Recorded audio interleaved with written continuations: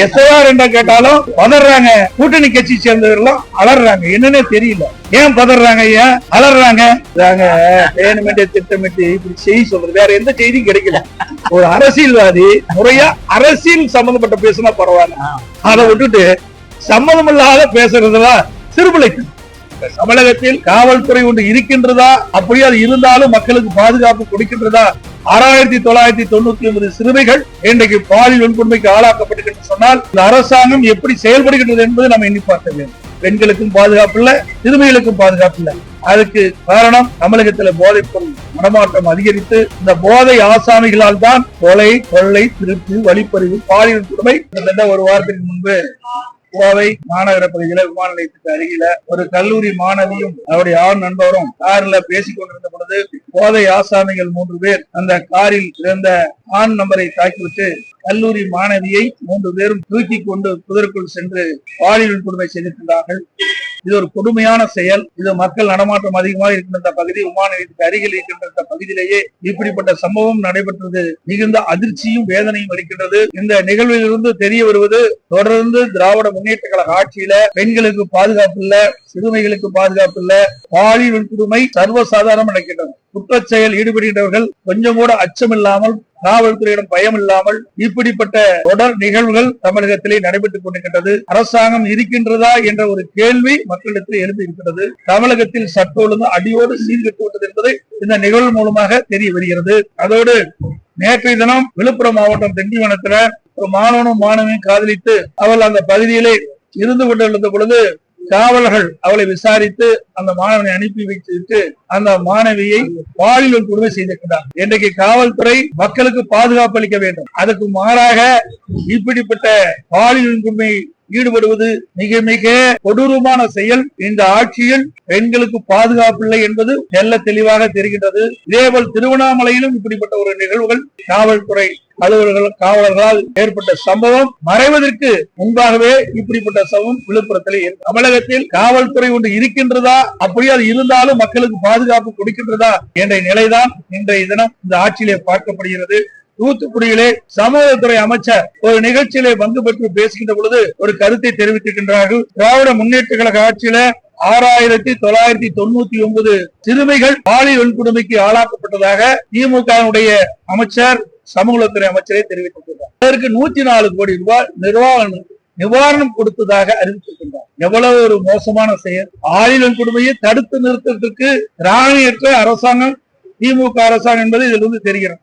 6999 சிறுமிகள் இன்றைக்கு பாலியல் வன்கொடுமைக்கு ஆளாக்கப்பட்டிருக்கின்ற சொன்னால் இந்த அரசாங்கம் எப்படி செயல்படுகின்றது என்பதை நாம் எண்ணி பார்க்க வேண்டும். ஒரு திறமையற்ற முதலமைச்சர், பொம்மை முதலமைச்சர் தமிழகத்தை ஆண்டு கொண்டிருக்கின்ற காரணத்தினாலே அவரிடத்திலே காவல்துறை இருந்தும் சரியான முறையிலே நடவடிக்கை எடுக்காத காரணத்திலே இன்றைக்கு இப்படிப்பட்ட நிகழ்வுகள் தொடர்ந்து சிறுமிகளுக்கும் பெண்களுக்கும் அநீதி இழைக்கப்படுகின்றது.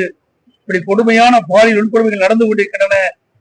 இந்த அரசு இருக்கின்ற வரை பெண்களுக்கும் பாதுகாப்பு இல்ல, சிறுமிகளுக்கும் பாதுகாப்பு இல்ல. கடந்த 50 மாதம் திராவிட முன்னேற்ற கழக ஆட்சியில சுமார் 6400 கொலைகள் நடந்திருக்கின்றன. மிக மிக அதிர்ச்சி அளிக்கக்கூடிய ஒரு சம்பவம். தமிழகத்துல சட்ட ஒழுங்கு அடியோடு சீர்குலைந்து விட்டது என்பதற்கு இதுவே ஒரு உதாரணம். இன்றைக்கு குற்றச்செயல் ஈடுபடுகின்றவர்கள் காவல்துறையில் இருக்கின்ற பயம் என்ற உணர்வே இல்லாமல் போய்விட்டது. அதுக்கு காரணம் தமிழகத்துல போதைப் பொருள் நடமாட்டம் அதிகரித்து இந்த போதை ஆசாமிகளால் தான் கொலை, கொள்ளை, திருட்டு, வழிப்பறிவு, பாலியல் கொடுமை தினந்தோறும் தமிழகத்தில் நடந்து கொண்டும் இருக்கின்றது. அது தொலைக்காட்சியிலும் பத்திரிகையிலும் இந்த செய்திகள் தொடர்ந்து வந்து கொண்டிருக்கின்றன. அதே போல இப்படிப்பட்ட சூழ்நிலையில கூட தமிழகத்துல முறையாக டிஜிபி, நிரந்தர டிஜிபி நியமனம் செய்யப்படவில்லை. நான் பலமுறை சட்டமன்றத்தில் தெரிவித்திருக்கின்றேன், தொலைக்காட்சியின் வாயிலாக தெரிவித்திருக்கின்றேன், ஊடகத்தின் வாயிலாகவும் பத்திரிகை வாயிலாக தெரிவித்திருக்கின்றேன், அறிக்கையின் வாயிலாக வெளிப்படுத்திருக்கின்றேன். இந்த அரசு தங்களுக்கு வேண்டப்பட்டவர் ஒருவர் டிஜிபியாக வர வேண்டும் என்ற அடிப்படையில் தான் அவர்கள் இதுவரை நிரந்தர டிஜிபி நியமிக்கப்படவில்லை. ஒரு டிஜிபி ஓய்வு பெறுவதற்கு 3 மாதத்திற்கு முன்பாகவே அவர்கள் தகுதியான டிஜிபி பட்டியலை மத்திய பணியாளர் தேர்வாணையத்துக்கு அனுப்பப்பட்டு யூபிஎஸ்சிக்கு அனுப்பப்பட்டு அது பரிசீலிக்கப்பட்டு 3 பேர் மாநில அரசுக்கு அனுப்பப்பட்டு அந்த 3 பேர் ஒருவரை தேர்ந்தெடுக்க வேண்டும். இதுதான் முறை. அந்த முறையெல்லாம் இந்த அரசாங்கம் கடைபிடிக்கல. உச்ச நீதிமன்றம் வரைக்கும் போய் உச்ச நீதிமன்றம் விரைவாக தமிழகத்திலே நிரந்தர டிஜிபி நியமிக்கப்பட வேண்டும் என்று தீர்ப்பு வழங்கிய பிறகும் இன்னும் அந்த பணியை தொடரவில்லை. இப்பொழுது மத்தியில் இருக்கிற மத்திய யூபிஎஸ்சி மத்திய பணியாளர் தேர்வாணையம் 3 பேரை இன்றைக்கு தேர்ந்தெடுத்து அனுப்பி கூட இன்னும் டிஜிபி நியமிக்கல. இப்ப ஒரு தனிநபர் உச்ச நீதிமன்றத்துல இன்றைக்கு வழக்கு தொடர்ந்திருக்கிறார். அந்த வழக்கின் அடிப்படையில் உச்ச நீதிமன்றம் 3 வாரத்தில் தமிழ்நாடு அரசு விளக்கம் அளிக்க வேண்டும் என்று கேட்டிருக்குது. ஏன் இவ்வளவு குளறுபடி? இந்த அரசாங்கம் ஏன் டிஜிபி நியமிப்பதில் இவ்வளவு பாரபட்சம் காட்டுறாங்க? ஆனா இப்படி நிரந்தர டிஜிபி நியமிக்காத காரணத்தினால்தான் முறையாக சட்ட ஒழுங்கு பராமரிக்கப்பட முடியாத ஒரு சூழ்நிலை தமிழகத்தில் ஏற்பட்டிருக்குது. இன்னொன்னு, வாக்காளர் சிறப்பு தீவிர திருத்தம் இன்னைக்கு மேற்கொண்டிருக்கிறாங்க. தேர்தல் ஆணையம் அறிவிச்சிருக்கு, SIR அறிவிச்சிருக்கு. சுமார் 21 ஆண்டு காலம் இந்த பணியை மேற்கொள்ளல. இதற்கு முன்பு 8 முறை இந்த சிறப்பு தீவிர திருத்த வாக்காளர் பட்டியல் பணி நடந்திருக்குது. இன்றைக்கு ஒவ்வொரு சட்டமன்ற தொகுதியிலையும் பல்லாயிரக்கணக்கான வாக்காளர்கள் இறந்தவர்கள் இடம்பெற்றிருக்கிறார். தொடர்ந்து ஒவ்வொரு தேர்தலையும் அவர்கள் அந்த வாக்காளர் பட்டியல இடம்பெற்றே இருக்கிறாங்க. அதே போல நகரத்தில் குடியிருக்கின்றவர்கள் வீடு மாறி போயிடுறாங்க, அல்லது வெளி மாநிலத்துக்கு போயிடுறாங்க, வெளிநாட்டுக்கு போயிடுறாங்க. அவருடைய பெயரும் தொடர்ந்து பல ஆண்டுகளாக வாக்காளர் பட்டியல் இடம்பெற்றே இருக்குது. இப்படி முறைகேடாக இருக்கின்ற இந்த வாக்காளர்கள் எல்லாம் விடுவிக்கப்பட்டு தகுதியான வாக்காளர்களை வாக்காளர் பட்டியலில் இடம்பெற வேண்டும் என்ற அடிப்படையில் தான் SIR பணி முக்கியம், SIR முக்கியம். அதற்காக தேர்தல் ஆணையம் அறிவிச்சிருக்குது. அதை எதுக்குறாங்க திராவிட முன்னேற்றம். SIR என்றாலே அலறாங்க, என்னன்னே தெரியல. சார் என்று அலறாங்க, SIR என்ற கேட்டாலும் பதறாங்க. கூட்டணி கட்சி சேர்ந்தவர்கள் அலறாங்க, என்னன்னே தெரியல. இதுல என்ன தவறு இருக்குது? காலம் போதாதுங்கிறாங்க. 1 மாத காலம் கொடுத்திருக்கிறாங்க. ஒவ்வொரு பாகத்திற்கும் ஒரு PLO அரசு அலுவலரை நியமிக்கிறார். அவர் வீடு வீடாக கொண்டு போய் அந்த படிவத்தை கொடுத்து பிறகு படிவம் பூர்த்தி செய்யப்பட்டு அதை திரும்ப பெற்று சம்பந்தப்பட்ட அதிகாரிக்கப்படுகிறாங்க. இதுல எந்த வித ஒரு காலதாமதம் ஏற்படுத்த வாய்ப்பே இல்லை. ஏன்னா ஒவ்வொரு முறையும் தேர்தல் வருது. தேர்தல் வருகின்ற பொழுது அந்த வாக்காளர்கள் வாக்களிப்பதற்கு அடையாள ஸ்லிப் கொடுக்குறாங்க. இப்ப 5 நாள்ல கொடுத்துறாங்க. ஒரு பாகத்தில் இருக்கின்ற அனைத்து வாக்காளர்களுக்கும் 5 நாட்களில் அந்த பூத் ஸ்லிப் கொடுக்கப்பட்டு அவர்கள் போய் வாக்களிக்கிறாங்க. அப்படி இருக்கின்ற பொழுது 1 மாதம் கொடுத்திருக்கிறாங்க. ஒரு பாகத்தில் சுமார் 1200 வாக்குகள் என்று வைத்துக் கொண்டார் கூட சுமார் 300 வீடு தான் இருக்கும். அதுக்கு மேல இருப்பதற்கு வாய்ப்பே இல்லை. அப்படி 300 வீடு இருக்கின்ற பொழுது ஒரு நாளைக்கு 50 வீடுனா கூட 6 நாள் கூடுதல் 2 நாள் எடுத்துட்டா 8 நாள்ல இந்த படிவத்தை அனைத்து வீடுகளிலும் கொடுத்துடலாம். அப்படி வீட்டு இல்லாத போது மீண்டும் ஒரு 2-3 நாள் கழித்து மீண்டும் இந்த சம்பந்தப்பட்ட PLO அவர்கள் எந்தெந்த வீட்டுல கொடுக்கலையோ அந்த வீட்டுல கூட கொடுக்கலாம். அதை வாங்குறதுக்கு போதுமான கால அவகாசம் இருக்குது. ஆனால் திமுகவும் அதே மாதிரி திமுக கூட்டணியில் அனுமதிக்கின்ற கட்சிகளும் எதிர்க்கின்ற நோக்கம் இதுல இறந்தவர் பட்டியல இறந்தவர்கள் அந்த வாக்காளர் நீக்கக்கூடாது. அதே போல அந்த பாகத்துல குடி பல ஆண்டுகளாக இல்லாத வேற இடத்துக்கு போயிருந்தாலும் அவர்களும் இடம்பெற்று வந்தா திருட்டு ஓட்டு போறது இல்லை. தேர்தல் நாள் போது இறந்தவர்கள் உயிர் பெற்று ஓட்டு போட வந்தாங்க. அது திமுக கை வந்த காலம். அதனாலதான் இவ்வளவு பயம். இதுல என்ன தவறு இருக்கிறதுக்கு வாய்ப்பே கிடையாது. எல்லாத்துக்கும் PLO போட்டுக்கிறோம். ஒவ்வொரு கட்சிக்கும் PLO போட்டுக்கிறோம். அவர்கள் PLO வீடு வீடாக அந்த படிவத்தை குடிக்கின்ற பொழுது அவர்களோட சென்று அவர்கள் சரியாக அந்த பணியை மேற்கொள்ள என்று அவர்கள் கண்காணிக்கலாம். அதுக்கு தேர்தல் ஆணையம் முழு வாய்ப்பு கொடுத்திருக்கு. அப்படி இருக்கின்ற பொழுது வேண்டுமென்றே திட்டமிட்டு ஒரு தவறான செய்தியை மக்களிடத்திலே பதிவு வைக்க என்பதற்காக இன்றைக்கு ஆர்ப்பாட்டம் நடத்துறாங்க. ஏன் இறந்தவர் ஓட்டை நீக்க என்ன தவறு? பல ஆண்டுகளாக குடியில்லாம ஒரு வீட்டுல புதுசா ஒருத்தர் குடி வந்திருக்கிறாரு. ஆனா ஏற்கனவே குடியிருந்தவர் தான் அந்த வாக்காளர் தொடர்ந்து இடம்பெற்று இருக்கிறாரு. இப்படி இருக்கின்ற பொழுது தேர்தல் நேரத்துல இந்த வாக்குகளில் எல்லாம் திராவிட முன்னேற்ற கழகம் நல்ல ஓட்டு போட்டு ஒவ்வொரு முறை இருந்திருக்கு. இன்னைக்கு ஒரு உதாரணத்துக்கு சென்னை மாநகராட்சி தேர்தல் நடந்தது. அப்பொழுது திருட்டோட்டு போட முயன்ற திராவிட முன்னேற்ற கழகத்தை சேர்ந்த ஒருத்தரை கையும் களவா பிடிச்சு என்னுடைய அமைப்பு செயலாளர் மரியாதைக்குரிய ஜெயக்குமார் அவர்கள் ஒப்படைச்சார் காவல்துறையினர். அவர் மீது வழக்கு போட்டார். 15 நாள் சிறையில் இருந்தார். இப்படிப்பட்ட நிகழ்வுகள் நடைபெறக்கூடாது என்பதற்கு தான் SIR இன்றைக்கு தேர்தல் ஆணையம் அறிவிச்சிருக்குது. இதையெல்லாம் வேண்டுமென்றே திட்டமிட்டு மக்களிடத்தில் ஒரு அச்ச உணர்வை ஏற்படுத்தி அவர் வாக்குகள் பறிபோகும் என்று ஒரு தவறான செய்தியை வெளிப்படுத்திட்டு இருக்கிறாங்க. ஏன் அவர்களுக்கு PLO இருக்கிறாங்க, கூட்டணி கட்சிக்காரருக்கு PLO இருக்கிறாங்க. எனக்கு பல கட்சி ஒன்றாக இணைந்தான்னு நீங்க சொல்றீங்க. எல்லாத்துக்கும் ஒவ்வொருத்துக்கும் ஒவ்வொரு பூத்துக்கும் ஒவ்வொரு பாகத்திற்கும் ஒரு PLO கட்சி ஒரு 5-6 கட்சி கூட்டணி இருக்குது, 5-6 பேரும் பெயர் பெற்றிருப்பாங்க, 5-6 பேரும் போங்க, அதுல தவறு வந்தா அந்த தவறு சுட்டி காட்டுங்க, அவங்க அதை சரி செய்வாங்க. எந்தவித தவறு செய்வதற்கு வாய்ப்பே கிடையாது. ஆனா வேண்டுமென்றே திட்டமிட்டு மக்களை குழப்பி ஒரு தவறான செய்தியை மக்களிடத்தில் பரப்பி வருவாங்க. இது ஏற்றுக்கொள்ள முடியாது. அனைத்து இந்திய அண்ணா திராவிட முன்னேற்ற கழகத்தை பொறுத்த வரைக்கும் ஒரு தகுதியான வாக்காளர் பட்டியல் இடம்பெற வேண்டும். தகுதியானவர்கள் தேர்தல் நேரத்திலே வாக்களிக்க வேண்டும் என்பதுதான் எங்களுடைய நிலைப்பாடு. அந்த காரணத்திற்காகத்தான் இந்த SIR நாங்க ஆதரிக்கிறோம். ஏன்னா 21 ஆண்டுக்கு பிறகுதான் இப்ப வருது. இன்னைக்கு உதாரணமா ஈரோடு கிழக்கு சட்டமன்ற தொகுதி இடைத்தேர்தல் நடந்தது. அப்பொழுது அங்க ஒரு குடிசை மாற்று வாரியத்துல சுமார் 1600 வாக்குகள் குடிசை மாற்று வாரியத்துடைய கட்டளை முழுசு இடிச்சுட்டாங்க. இடிச்சு 1 வருஷம் ஆகியும் அந்த வாக்காளர் பட்டியல இருந்து வாக்காளர் பெயர் இடம்பெற்றிருக்கு. உடனே நாங்க மாவட்ட ஆட்சிக்கு போய் நாங்க முறையா சம்பந்தப்பட்ட படிவத்தின் மூலமாக இதை கொடுத்து இங்க குடிசை மாற்று வாரியத்திற்கு வீடெல்லாம் இடிக்கப்பட்டு விட்டது, அந்த வாக்காளர்கள் நீக்கப்பட வேண்டும் என்று கோரிக்கை வச்சா எந்தவித நடவடிக்கை எடுக்கல. இன்னும் வரைக்கும் வாக்காளர் பட்டியல் இருக்கு. இன்று வரை குடிசை மாற்று வாரியத்தில் ஈரோட்டில் கிழக்கு சட்டமன்ற தொகுதியில் குடிசை மாற்று வாரிய அந்த வீட்டை முழுமையாக இடிக்கப்பட்டு விட்டது. அந்த பகுதியில் வசிக்கின்றவர்களுடைய பெயர் இன்னும் வாக்காளர் பட்டியலில். இப்படிப்பட்ட நிலையெல்லாம் மாற வேண்டும். இப்படிப்பட்ட வாக்காளர்கள் எல்லாம் வாக்காளர் பட்டியலிருந்து விடுவிக்க வேண்டும். முறையாக அவர்கள் எங்கே போய் தங்கி இருக்கிறார்களோ எங்க போய் இருக்கிறார்களோ அதை கண்டுபிடித்து அவர்களை வாக்காளர் பட்டியலில் இடம்பெற வேண்டும். இதுதான் எங்களுடைய நிலைப்பாடு. இதுல சில தவறான தகவலை திமுக பதிவு வச்சா அதை சரி செய்யணும்ல. மக்களுக்கு ஏற்படுகின்ற பிரச்சனைய நாங்க உண்மை நிலையை எடுத்து சொல்வதுதான் நாங்க போயிடுவோம், ஜாயின் பண்ணிடுவோம். அதுல இல்லைன்னா வேண்டுமென்ற திட்டமிட்டு ஒரு தவறான தகவலை நீதிமன்றத்துல பதிவு செய்யும். என்ன அவங்களுக்கு பதற வேண்டிய அவசியம் என்ன? ஏன் பதறாங்க, ஏன் அலறாங்க?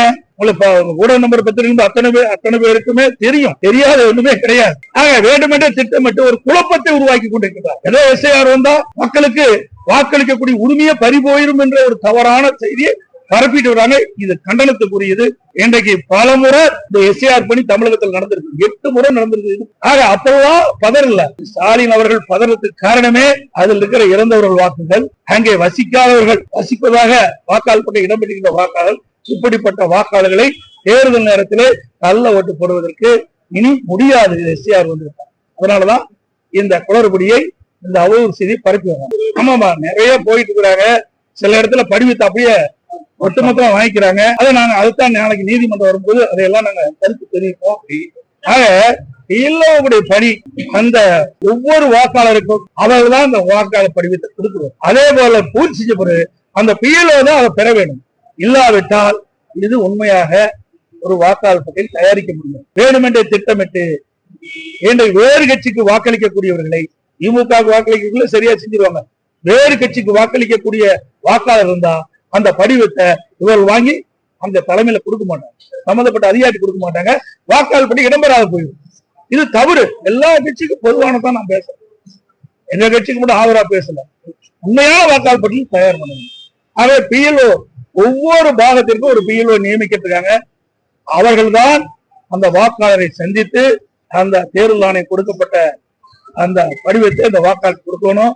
அது பூர்த்தி செஞ்ச பிறகு அந்த வாக்காளர் பட்டியல் அவர்கள்தான் பெற்று சம்பந்தப்பட்ட அதிகாரி ஒப்படைக்க வேண்டும். அதாவது அவர்கள் எப்பொழுதுமே வருடம் குறிப்பிட்ட காலத்துல சட்டமன்ற மேம்பாட்டு நிதி விடுவிக்கிறது.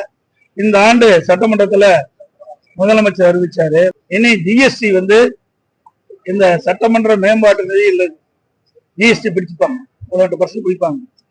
அதை இனி அரசாங்கமே வழங்குன்னு சொன்னாங்க.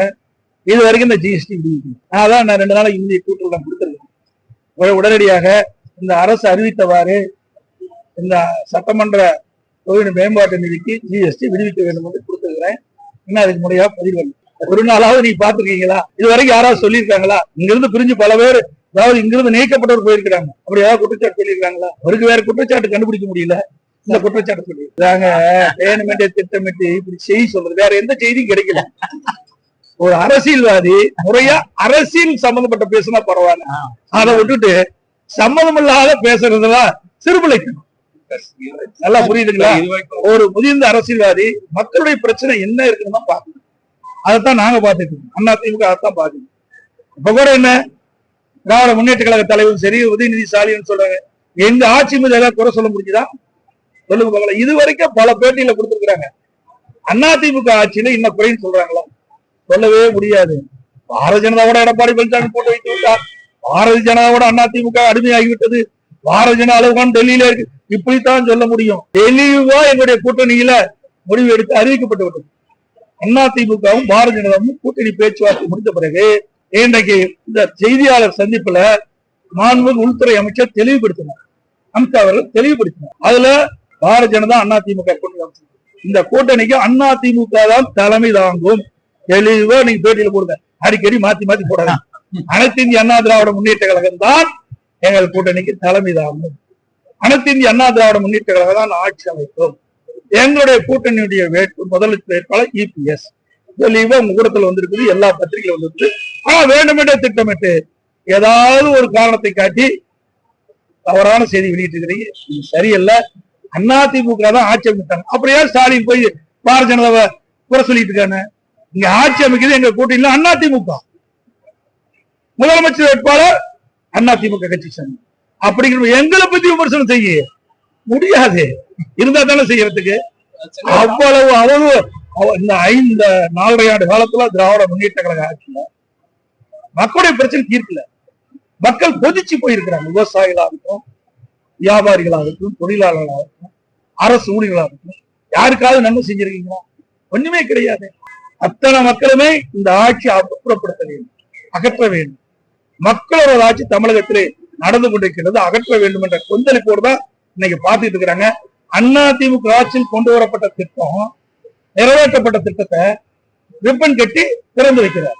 இந்த மேம்பாலருக்கு யாருடைய ஆட்சியில் கொண்டாந்து எல்லாம் உங்களுக்கு அத்தனை பேர் இங்க இருக்கிற நண்பர், அத்தனை ஊடக நம்பர் இருக்குது, பத்திரிகை நம்பர் இருக்கீங்க. நான் அடிக்கல் நாட்டும் போது எல்லாமே வந்தீங்க, எல்லாம் படம் பிடிச்சு காட்டினீங்க. ஒரு 55% பணி முடிவுபட்டு ஒரு திட்டத்தை ஆரம்பிக்கின்ற பொழுது முதற்கட்ட பணின்னு இருக்குது. அது நிலம் எடுக்கணும்.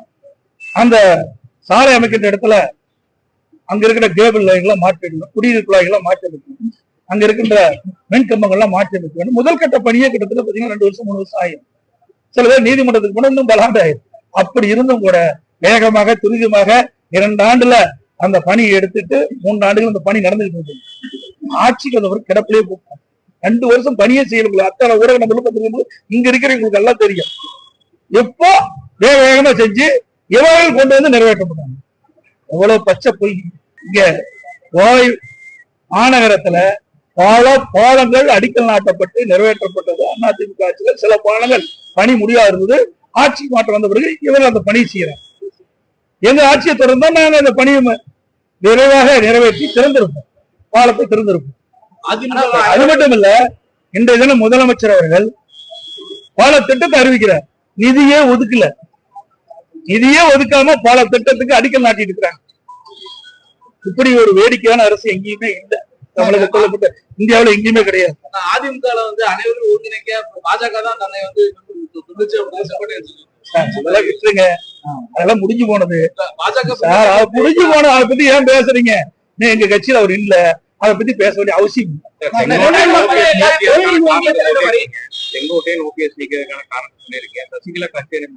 சார். இதெல்லாம் முடிஞ்சு போன விஷயத்த திருப்பி ஏன் சார் கிளறீங்க? உங்களுக்கு விவாத மேடைக்கு வேணும், இன்னைக்கு நைட்டு இரவாக பேச வேணும், ஊடகத்துல ஒரு உறுப்பான செய்தி வேணும். இதெல்லாம் முடிந்து போன விஷயம். அதை பத்தி பேச வேண்டிய அவசியம் இல்லை. அதனால எந்த பயனும் இல்லை.